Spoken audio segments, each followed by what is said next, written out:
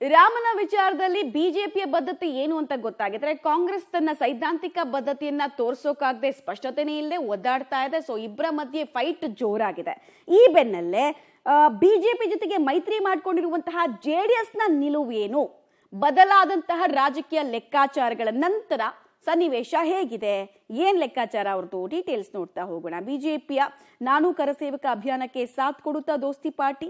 ಇಂದು JDS ನಾಯಕರು ಮಹತ್ವದ ಸುದ್ದಿಗೋಷ್ಠಿ ಕರೆದಿದ್ದಾರೆ. ಸುದ್ದಿಗೋಷ್ಠಿಯಲ್ಲಿ ರಾಮನ ವಿವಾದದ ಬಗ್ಗೆ ಮೌನ ಮುರಿತಾರ ದೊಡ್ಡಗೌಡ್ರು. ಬಿಜೆಪಿ ಜೊತೆ ದೋಸ್ತಿ ಆಗಿರೋದಕ್ಕೆ ಹಿಂದುತ್ವ ಪ್ರತಿಪಾದನೆಗೆ ಸಾಥ್ ಕೊಡ್ತಾರಾ? ಬಿಜೆಪಿ ಹಿಂದುತ್ವ ರಾಮನ ವಿಚಾರದಲ್ಲಿ ಜೆಡಿಎಸ್ ನ ನಿಲುವೇನು ಅನ್ನೋದೇ ಸದ್ಯದ ಪ್ರಶ್ನೆ ಆಗ್ತಾ ಇದೆ. ಬಿಕಾಸ್ ಸಾಂಗತ್ಯ ಬಯಸಿರೋದು ಯಾರ ಜೊತೆ? ಬಿಜೆಪಿ ಜೊತೆಗೆ. ಸಾಂಗತ್ಯ ಬಯಸೋದಕ್ಕೆ ತೋಳು ಚಾಚಿದ ಮೇಲೆ ಇದ್ರ ಜೊತೆಗೂ ನಿಂತ್ಕೊಳ್ಬೇಕಾಗತ್ತೆ. ಇಲ್ಲ ಅಂತ ಹೇಳಿದ್ರೆ ಅದು ತಪ್ಪು ಲೆಕ್ಕಾಚಾರ ಹೋಗ್ಬಿಡುತ್ತೆ. ಸೊ ಆ ಬಗ್ಗೆ ಡೀಟೇಲ್ಸ್ ನೀವು ನೋಡ್ತಾ ಇದ್ದೀರಾ. ಮೈತ್ರಿ ಆಗಿರೋದ್ರಿಂದ ಬಿಜೆಪಿ ನಿಲುವಿಗೆ ಬೆಂಬಲವನ್ನ ಕೊಡಬಹುದು ಅಂತಾನೆ ಹೇಳಲಾಗ್ತಾ ಇದೆ. ಹಿಂದೆ ಕೆಲವರೆಲ್ಲ ಜೆಡಿಎಸ್ ನಲ್ಲೇ ಕೆಲವು ಸ್ಟೇಟ್ಮೆಂಟ್ ಗಳನ್ನು ಕೊಟ್ರು. ಈಗ ಅದನ್ನೆಲ್ಲ ಮರ್ತು ನಮಗೆ ಜ್ಞಾನೋದಯ ಆಗಿದೆ ಅನ್ನೋದನ್ನ ಹೇಳಲೇಬೇಕಾದ ಅನಿವಾರ್ಯತೆ ಇದೆ.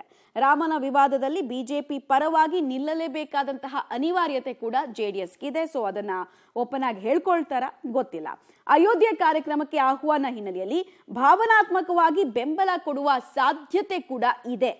ಲೋಕಸಭೆ ಚುನಾವಣೆ ಸನಿಹ ಇರೋದ್ರಿಂದ ಬಿಜೆಪಿ ಹಿಂದುತ್ವ ಅಜೆಂಡಾಕ್ಕೆ ಕೈ ಜೋಡಿಸ್ತಾರೆ ಅನ್ನುವಂತಹ ಮಾತೆ ಜೆಡಿಎಸ್ ನ ಕೆಲವು ನಾಯಕರಿಂದ ಈಗ ಕೇಳಿ ಬರ್ತಾ ಇದೆ.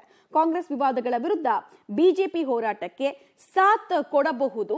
ಕಾಂಗ್ರೆಸ್ ವಿರುದ್ಧ ಯಾವುದೇ ಹೋರಾಟಗಳಾದ್ರೂ ಬಿಜೆಪಿಗಿಂತ ಒಂದು ಹೆಜ್ಜೆ ಮುಂದೆ ನಾವಿದ್ದೀವಿ ಅಂತ ಇಲ್ಲಿ ತನಕ ತೋರಿಸ್ಕೊಂಡು ಬರ್ತಾ ಇದ್ದಾರೆ ದಳಪತಿಗಳು. ಸೊ ಅದೇ ಹಾದಿಯಲ್ಲಿ ಸಾಕ್ತಾರ? ಕುತೂಹಲ ಇದೆ.